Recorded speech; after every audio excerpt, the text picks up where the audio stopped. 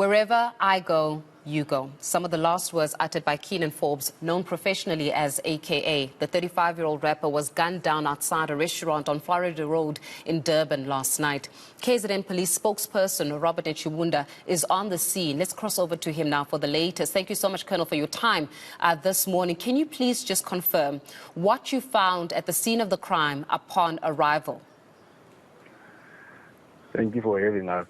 When we arrived here last night, we found two lifeless bodies of a 35-year-old prominent musician and another 34-year-old man who were shot and killed. That's what we found when we arrived, and we had to deal with a crowd of people who wanted to get a piece of them in pictures and all those things. So it was a bit chaotic, but we managed to control the situation. Colonel, can we confirm that it was indeed a drive-by shooting? What we have gathered so far is that the musician and his friend were walking out of the restaurant when two assailants walked on foot from across the street, approached them and shot them from close range, and also went back across the street on foot and disappeared into darkness. So there is no mention of a drive-by shooting, but that the police were not discarding anything.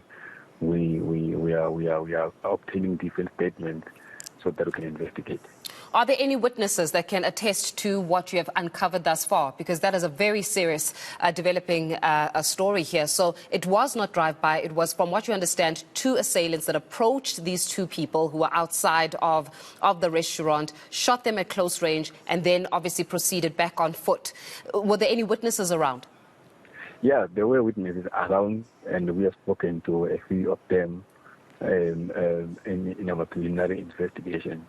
That's why we have come to have the knowledge that the two were killed by two suspects who walked towards them from across the street and shot them from close range.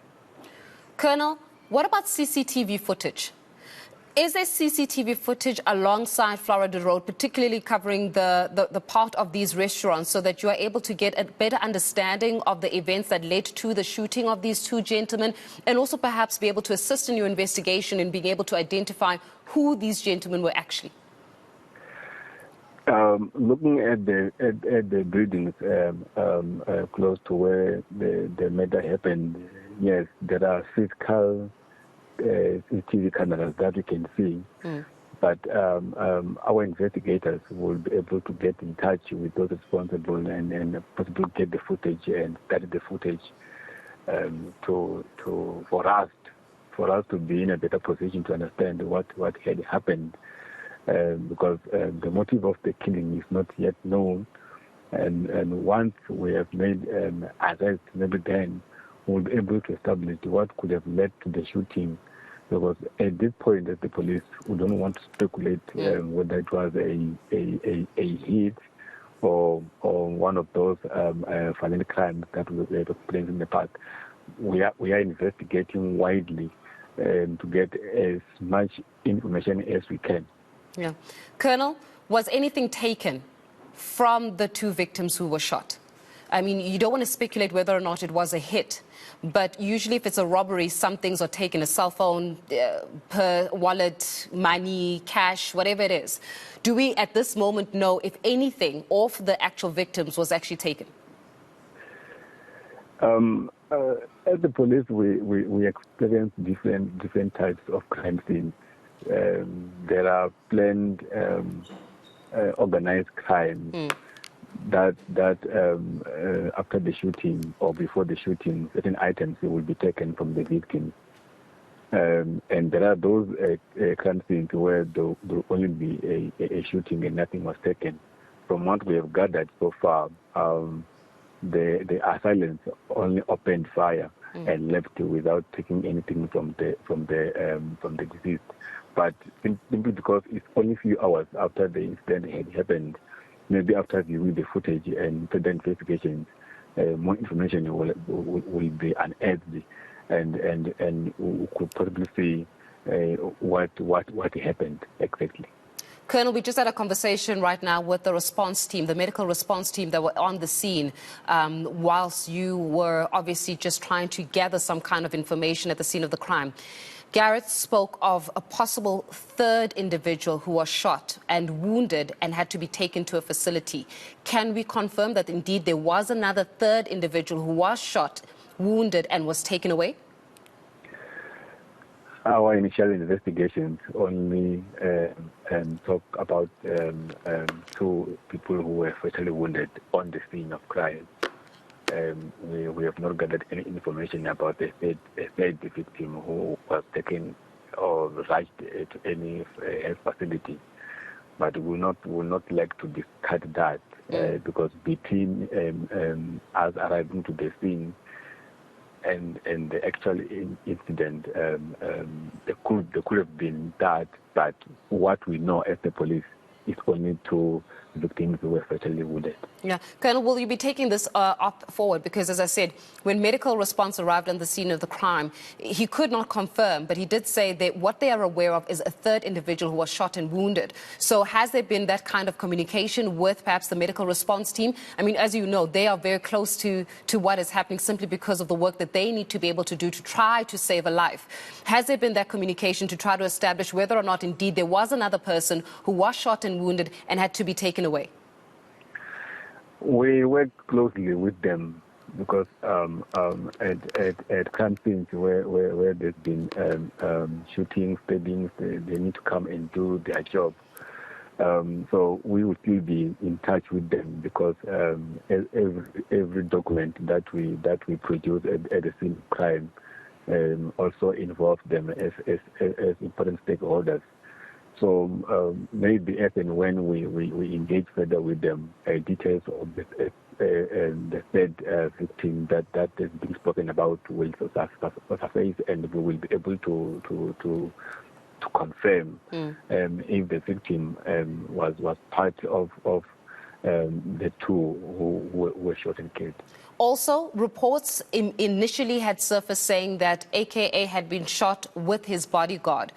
From the medical response team, we also understand that is not the case. Indeed, it was a close friend of Keenan Forbes. Can you now confirm that as the SAPS? The identity of the deceased, apart from the prominent musician, it's been identified as yes, but we as the police at this stage do not know his relationship with the musician, and would not want to be in that space where we can confirm or deny whether he was a friend or whatever. But for now, of concern to us is that a gruesome murder happened, and we need to now investigate and try and get to the bottom of what led to the shooting and who is behind the shooting. How common is this, Colonel? Pardon? How common is it that we see allegations and reports of shootings, particularly in eThekwini? I would not like to talk about how common it is, but yes, of late we have experienced a few incidents of shootings in the province. And we will not want to confirm if it's common or not. We take each incident as it comes, and we treat it in its own merit, so that we do not get derailed in the investigations.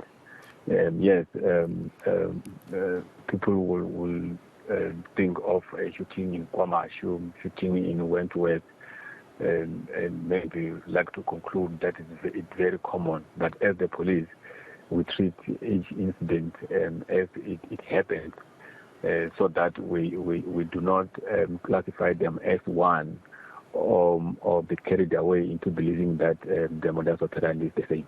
Yeah, obviously, I mean, as we know that within every quarter we have got the Minister of Police that has to table the crime stats of the country, and in that, obviously, there has to be an account of what crimes take place when the spikes, whether it's robbery, whether it's murder with intent, premeditated murder, and the like. So obviously, this gets included when it comes to the statistics. And the reason why I ask regarding frequency or commonality is because then we have to be able to establish with that frequency or commonality, how often do we have the perpetrators brought to book? When I mean brought to book, I mean wearing orange overalls, sitting behind bars, thinking about their sins.